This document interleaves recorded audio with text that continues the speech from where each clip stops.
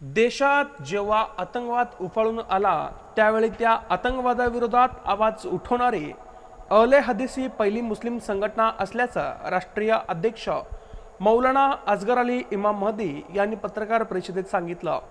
विविध उपक्रमाचा शुभारंभ आणि संघटनेतील सदस्यांना मार्गदर्शन करण्यासाठी सोलापूरला ते आले होते। त्यावेळी त्यांनी पत्रकारांशी संवाद साधला। देशातच नव्हे तर जगात सर्व धर्म समभाव आहे, मानवता हाच धर्म असला पाहिजे। आतंकवाद, अपहरण, दहशतवाद यांसारखे कृत्ये आम्हाला मान्य नाहीत। इस्लाममध्ये याचा तीव्र शब्दात निषेध केला जातो। याच तत्वावर अहले हदीस या संघटनेचे कार्य जोमाने सुरू आहे। माणसामधील राक्षसामुळेच वादावादी निर्माण होते, ती नष्ट झालीच पाहिजे असे विचार घेऊन आम्ही वाटचाल करीत आहोत, असेही मौलाना असगर अली इमाम महदी यांनी सांगितलं। सोलापूरमध्ये काही आमच्याच बांधवांमध्ये गैरसमज झालेला आहे, ते नाराज झाले असतील तर त्यांना समजावून परत आमच्या संघटनेत बोलावून घेऊ, परंतु त्यांनी दुसरी संघटनाकडून काही कृत्य करू नये असेही त्यांनी स्पष्टच केलं। देशाहित आणि जनतेसाठी काम करणाऱ्यांचा आम्ही सदैव पाठीशी राहणार आहोत। तसेच राजकीय किंवा निवडणुकांमध्ये आमच्या संघटनांकडून काहीच मदत केली जात नाही। संघटनेतील काही जणांना निवडणूक लढवायची असेल तर त्यांनी वैयक्तिक पातळीवर लढवावी, संघटना त्यांना काही बोलणार नाही असेही त्यांनी स्पष्टच केलं।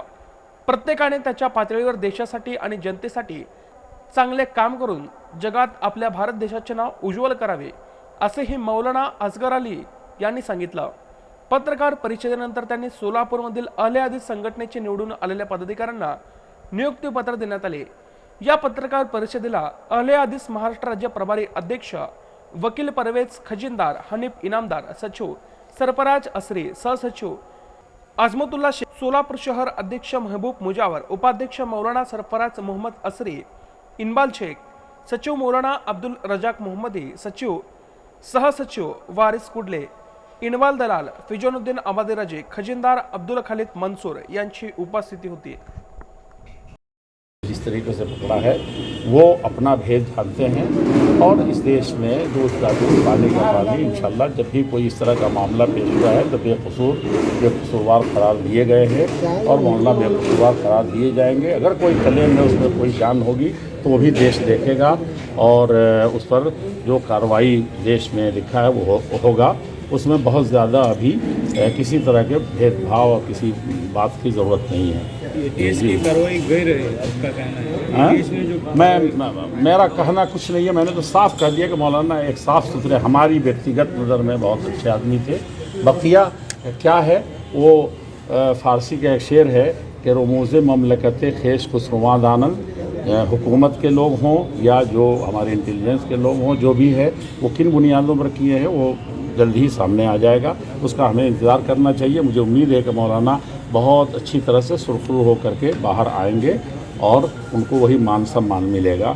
ये मैं अपनी बात कर रहा हूँ, दुनिया क्या कहती है, अंदर क्या है वो सामने आए। पिछले 10 साल में बहुत सारी ऐसी घटना हो रही है, लेकिन आपकी बयानबाजी कुछ नहीं होती है। बयानबाजी को तो हम ऐसे ही बहुत ज़्यादा गलत कहते हैं और मीडिया को कहते हैं कि बयानबाजियों में ज़्यादा न पड़े, वो अच्छी बातें जो उसको फैलाए, जो विवाद की बातें हैं, जो दुनिया की बातें हैं उसको बहुत ज़्यादा इधर उधर न कहे।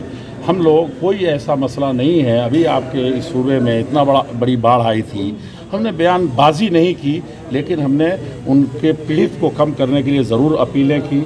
मेरी सूबाई जमीयत ने, जिसके ये लोग हैं यहाँ, ये लोग जाने वाले हैं उसमें, वो सब कुछ किया हम लोगों ने। और आपने देखा कि उत्तराखंड में कितना बड़ी बाढ़ आई, उसमें कोई धर्म और ये देखे बगैर हम लोगों ने किस तरीके की कुर्बानियाँ दी। ये हमारा तो आम धर्म है और इसी मज़हब को हम मानते हैं। उसके अलावा बयानबाजी वाले मज़हब को हम किसी भी तरीके से खातिर में नहीं लाते, किसी भी तरह से खातिर में नहीं लाते। ये सरकार मदद करने के लिए कम पड़ी, इसलिए आपने इतना सारा किया। नहीं, सरकार पर ऐसा करे तो आप क्यों आए हैं मदद करने यहाँ पर? यहाँ हम लोग आए, आप इस्तिकबाल में आए तो सरकार से क्या लेना देना भाई? जिस दिन हम लोगों ने ये ठान लिया कि सरकार ही सब कुछ करेगी तो हमारे जो सड़कों की बहुत सी जगहों पर हालत है वो ऐसे ही रहेगी। हमने तो उस धर्म को पढ़ा है कि ईमान का इतना भी हिस्सा मुसलमान का नहीं बच जाता है जो सड़क पर कोई तकलीफ़ देह चीज़ को देख करके और गुज़र जाए, जब तक हटा न दे। तो हम तो उस सियासत को, उस धर्म को मानते हैं। अब सब सरकार ही के सर मढ़ करके हम हट जाएं, ये हम किसी भी तरीके से सिर्फ एतराज़ करने के लिए रहें, इसको हम कभी भी सही नहीं मानते। और सरकार हाथ पर हाथ धरी बैठे रहे और अपनी जनता को भूल जाए, ये भी हम किसी भी तरीके से सही नहीं मानते।